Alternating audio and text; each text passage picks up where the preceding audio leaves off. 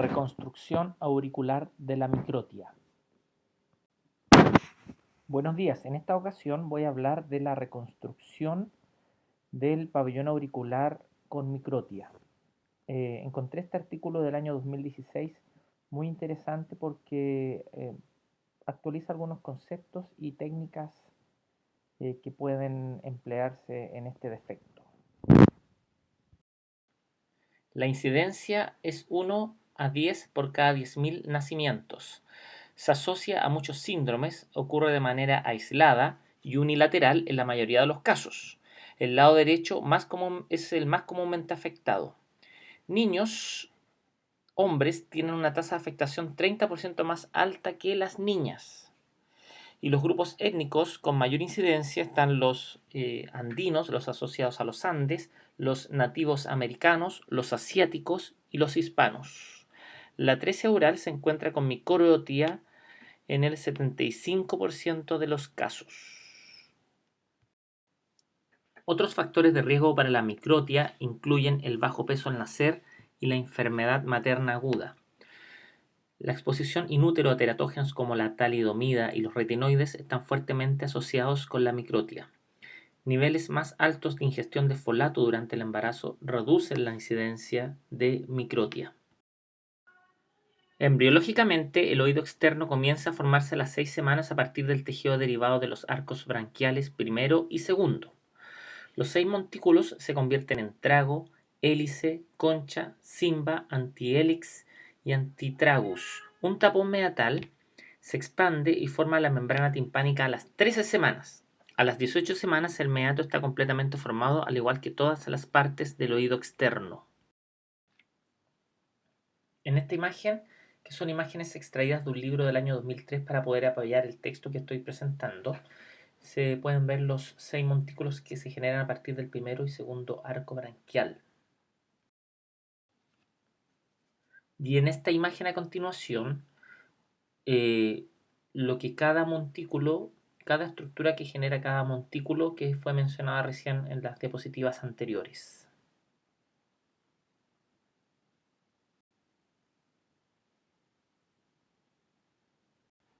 Por otro lado, en el fenotipo de microtia aparece en un espectro de trastornos de los cuales los más comunes incluyen la microsomía craneofacial, el Goldenhar y el Treacher-Collins. Sin embargo, existen muchos más síndromes los cuales se pueden asociar ya con menos frecuencia con microtia.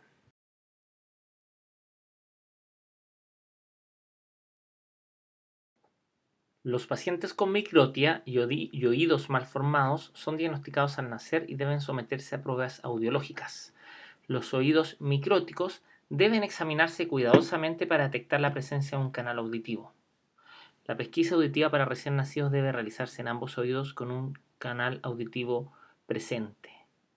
A largo plazo, incluso si hay microtia unilateral, un otorrino y un audiólogo deben mantener controles clínicos regulares porque el oído contralateral tiene un mayor riesgo de anomalías que la población general.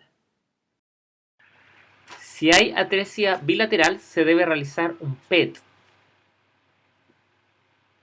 La amplificación y el enrolamiento en la intervención temprana deben iniciarse en estos casos, idealmente dentro de los primeros meses de vida. En el examen es importante describir con precisión la oreja malformada. A continuación les voy a mostrar una imagen donde aparecen todos los reparos anatómicos que uno siempre debe considerar. En esta imagen tenemos entonces la anatomía normal, siguiendo del 1 al 13. El 1 es el hélix, el 2 tenemos la crura superior, el 3 es la crura inferior, el 4 es la raíz del hélix, el 5 es el antihélix, el 6 es el tragus, el 7 por abajo es el antitragus, el 8 es el lóbulo de la oreja, 9 por arriba la fosa triangular, 10 por arriba y atrás en la fosa escafoidea, 11 es la cimba de la concha, 12 es el cavum de la concha y el 13 sería la muesca intertragal.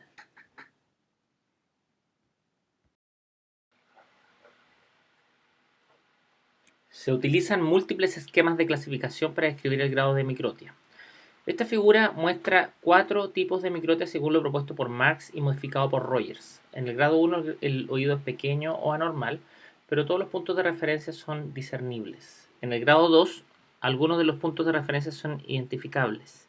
En el grado 3, tiene componentes de aurícula externa muy pequeños, a menudo solo una suerte de lengüeta de piel. El grado 4 es la anotia. Nagata propuso un esquema de clasificación de términos más descriptivos, que incluye tipo de lóbulo, tipo de concha y tipo de concha pequeño. En el tipo de lóbulo hay un remanente de lóbulo y de aurícula sin canal, concha ni trago. El tipo de concha tiene presencia variable de lóbulo y de trago. El tipo de concha pequeña tiene una pequeña hendidura de la concha y remanente de lóbulo y aurícula. También usa el término anotia y el término atípico, en el que el oído no encaja en ninguno de las clasificaciones anteriores. Indicaciones. Las indicaciones para el manejo de la microtia deben basarse en una conversación con el paciente y su familia. Existe más prevalencia de depresión y ansiedad en pacientes con microtia en comparación con una cohorte de control según este artículo. Los estudios han demostrado una disminución del estrés psicológico después de la reconstrucción de la microtia y la satisfacción general del paciente. Además, es súper relevante tener presente que un pabellón auricular reconstruido permitirá también la retención de un audífono o anteojos. La mayoría de los pacientes con microtia tienen también atresia oral y el manejo de la pérdida auditiva conductiva tiene implicancias en la reconstrucción de la microtia. Los recursos terapéuticos que tenemos en caso de una atresia oral unilateral es, por ejemplo, simplemente la observación, que como muestra la tabla, la desventaja que obviamente va a quedar el paciente con una pérdida permanente unilateral. Eso no tiene ningún riesgo desde el punto de vista quirúrgico. Puede ser también el apoyo con una banda auditiva, que eso como desventaja, por ejemplo, podemos decir que es desde el punto de vista cosmético, la comodidad. La otra opción es un implante óseo integrado, como por ejemplo el Baja, que es una cirugía simple, es predecible su resultado, excelente resultado auditivo, por ejemplo, como ventaja. Y también existe una opción más bien magnética en la cual no se asoma ningún tipo de dispositivo metálico a través del cuero cabelludo, evitando los riesgos de infección. Tiene un problema desde el punto de vista cosmético, se requiere la presencia de un aparato, como muestra ahí como desventaja, y debe tener el paciente por lo menos 5 años de edad. En cuanto a la tresioplastia, ¿qué ventajas tiene? Desde el punto de vista cosmético, tiene una ventaja. Y la posibilidad de acomodación de algún audífono, no requiere ningún tipo de aparato. El problema es que es una cirugía muy compleja, resultados no muy predecibles, tiene un beneficio modesto desde el punto de vista auditivo y siempre va a requerir el paciente un seguimiento. Y lo que nos convoca es el manejo de la microtia. Obviamente, y que nos pasa con muchos pacientes nuestros, está solamente la posibilidad de ofrecer observación. Eso en el fondo es dejarlo tal cual. Existen las opciones protésicas y las opciones reconstructivas del pabellón auricular. Las opciones protésicas hay adhesivas y hay implantes. El problema es que siempre requiere esto una mantención permanente como cualquier tipo de prótesis. Y en cuanto a lo reconstructivo, tenemos el más conocido que es el uso de cartílago costal. Tiene un resultado más o menos aceptable. Permite hacer una reparación en los casos que se puede de la atresia oral. ¿Qué desventaja tiene? La apariencia. La apariencia quizás no se logre, y con poca experiencia no se logre un buen resultado. La reconstrucción con injerto aloplástico tiene que ver con el tema de no tener que recurrir a tejido donante. Sin embargo, obviamente es un cuerpo extraño. y es un poco más complicado en el caso de querer hacer una tracheoplastía. Desde la perspectiva de la planificación quirúrgica, uno de los principales puntos de decisión es la indicación de, además, una tracheoplastía, que se basa en la tomografía computarizada de alta resolución de huesos temporales. Eso se puede definir a partir de los 4 años de edad. Este aumento también permite que la tomografía computarizada detecte la presencia de algún colestatoma congénito oculto. La única opción de reconstrucción quirúrgica durante muchos años utilizó el cartílago condrocostal autólogo, y los cirujanos prefirieron esperar hasta que el paciente tuviera al menos 6 años de edad por múltiples razones. 1. El oído contralateral es casi de tamaño completo. El cartílago costocondral es de tamaño adecuado. Y 3. El paciente puede comprender las opciones reconstructivas.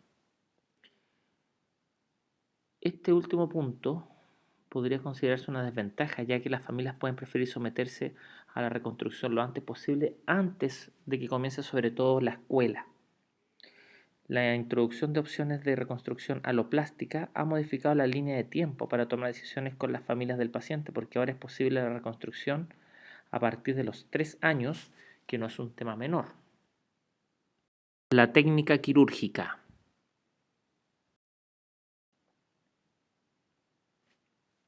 La técnica quirúrgica descrita es una modificación de la técnica de 2 etapas descrita por Nagata. En este artículo los autores también han incorporado técnicas descritas por Sigert y Firmen y Marchak.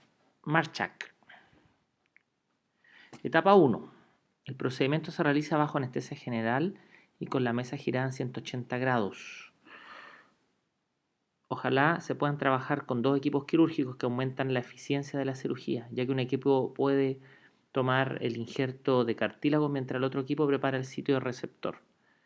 Primero se crea una plantilla de oído en el lado no afectado, que puede ser mediante una placa radiográfica o con un plástico facial protector.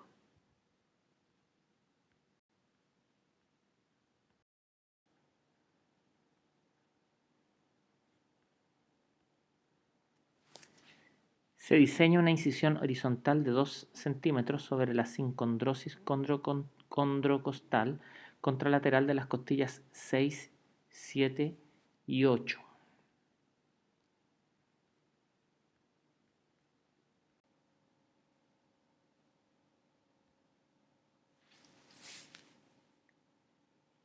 Se infiltra anestésico local, la cara y ambas orejas se incluyen dentro del campo operatorio. Se realiza una incisión de 2 centímetros sobre la cara anterior del lóbulo de oreja de restos de pabellón auricular y se extrae el cartílago existente.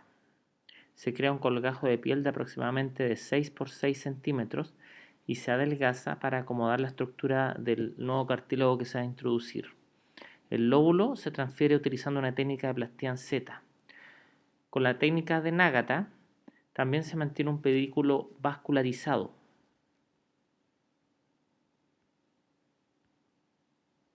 Bueno, acá está la parte de la toma de injerto costal que se hace a nivel de la unión condrocostal de los costillas 6, 7 y 8.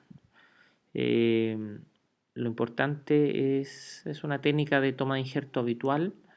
No voy a profundizar un poco en este tema.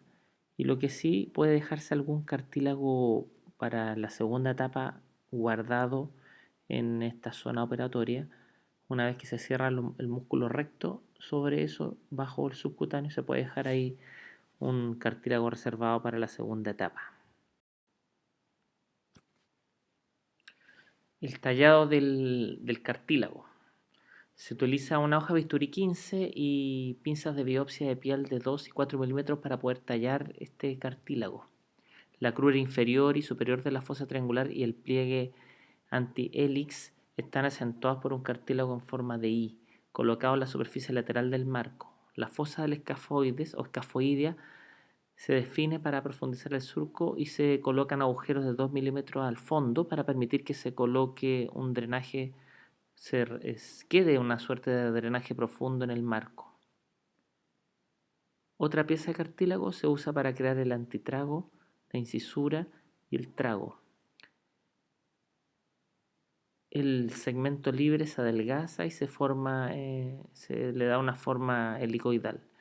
Entonces quedan 4 piezas de cartílagos que se suturan con suturas de nylon transparente para crear la estructura completa.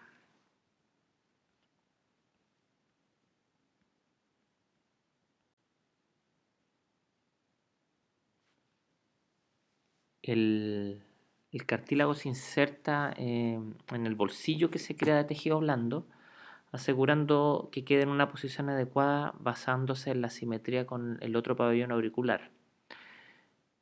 Luego la herida se cierra dejando un único drenaje de succión.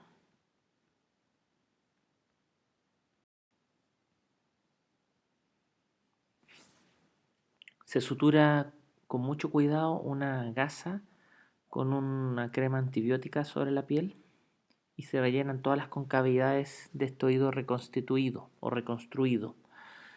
Después de la operación, el drenaje permanece con la succión continua más o menos 2 días y luego se retira.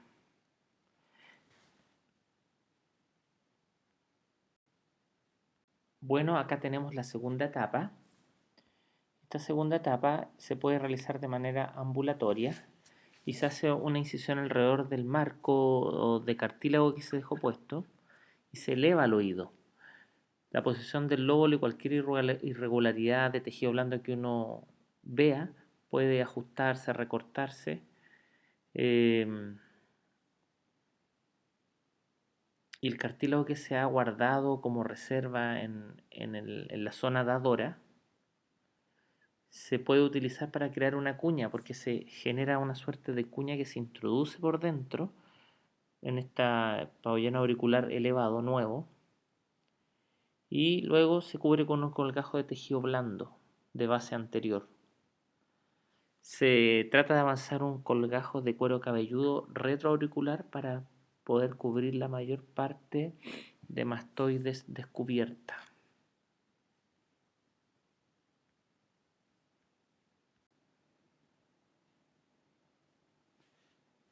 Se toma un injerto de piel de espesor completo, típicamente de 9 centímetros por 4 centímetros. Se toma el injerto como una elipse de la ingle para servir como piel que va a cubrir el surco retroauricular.